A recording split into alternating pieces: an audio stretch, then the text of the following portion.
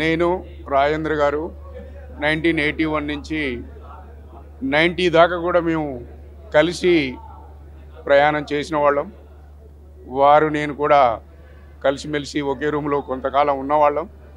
వారు Saifabad science college, నేను Khairatabad degree కాలేజీలో చదువుకున్నప్పటి నుంచి మాకు పరిచయాలు. అతను ఎల్లప్పుడూ కూడా తోటి విద్యార్థులు బాధపడుతుంటే వాళ్ళకి సహాయ సహకారాలు అందించాలని ఎల్లవేళలా కృషి చేసి మా అందరికి మార్గదర్శకంగా ముందుండి ఈరోజు ఉచ్చ స్థాయికి వెదగాలి. అతనికి మేము వెన్నంటి అతని అనుచరులుగా మేము అతను వెంటనే ఉండి అన్ని విధాలుగా అతనికి మాకు ఏ విధంగా అయితే సహాయ సహకారాలు అందిస్తున్నాడో మేము కూడా అతనికి చేదోడు బోదోడుగా ఎల్లవేళలా పనిచేయడానికి మేము సిద్ధంగా ఉన్నామని చెప్పేసి తెలియపరుచుకుంటున్నాను. అట్లాగే వారు ఫ్యామిలీ పరంగా కూడా మేమిద్దరం చాలా సన్నిహితులం. మరి మా పిల్లల్ని కూడా తాను పేర్లు కూడా అతనే పెట్టాడు. మా పిల్లల పేర్లే వాళ్ళ పిల్లలకు కూడా పెట్టుకోవడం జరిగింది. చాలా సన్నిహితం.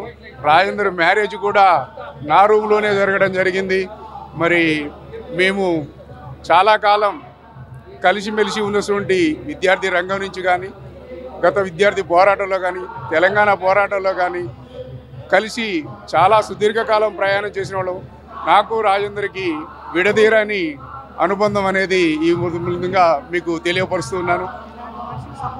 ఇలాంటి మనిషికి, ఈ పేద ప్రజల కోసం అహర్నిశలు తప్పించే వ్యక్తికి ఈ మల్కాజ్గిరి నియోజకవర్గంలో ప్రజలందరికీ నా విన్నపం ఏంటంటే, ఇలాంటి కింది స్థాయి నుంచి పై స్థాయికి రాజకీయంగా కానీ ఆర్థికంగానే వెతగాలనే కోరిక కలగసిన వ్యక్తిని మనం అదృష్టంగా భావించి అతన్ని అత్యధిక మెజార్టీతోటి ఈ ప్రజలందరూ కూడా కోఆపరేట్ చేసి గెలిపించాలని చెప్పేసి మల్కాజ్గిరి నియోజకవర్గ ప్రజలందరికీ మనస్ఫూర్తిగా నమస్కారాలు తెలియజేస్తూ, మీరందరూ రాబోయే ఎన్నికల్లో అత్యధిక మెజార్టీతోటి ఒక ఆశాజ్యోతి, బడుగు బలహీన వర్గాలకు ఆశాజ్యోతిగా నిలబడాలని ఈరోజు తప్పిస్తున్న వ్యక్తిని ఎన్నుకోవడం ప్రతి భారతీయుడి మనందరి కర్తవ్యంగా భావించి పార్లమెంటుకు బడుగు బలహీన వాయిస్ని పార్లమెంట్లో వినిపించడం కోసం మన ప్రతినిధిగా అతనిని పార్లమెంటుకు పంపవలసిన అవసరం ఉందని చెప్పేసి మరొకసారి విన్నవిస్తూ సెలవు తీసుకుంటున్నాను.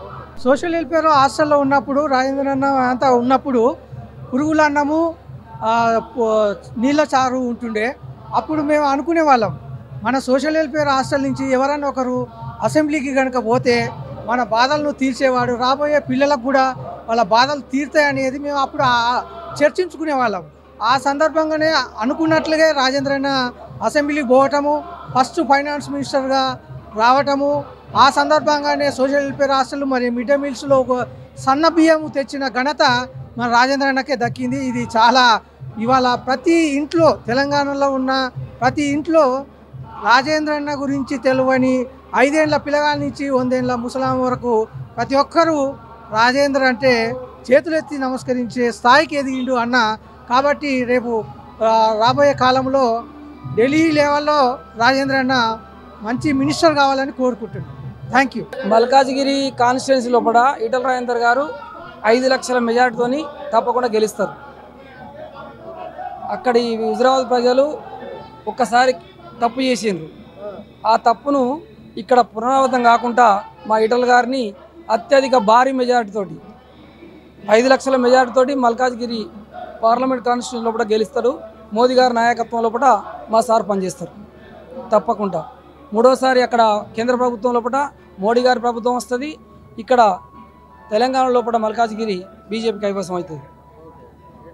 జై ఈటల రాజేందర్ గారి నాయకత్వం వర్ధిల్లాలి. జై బీజేపీ, జై మోడీ.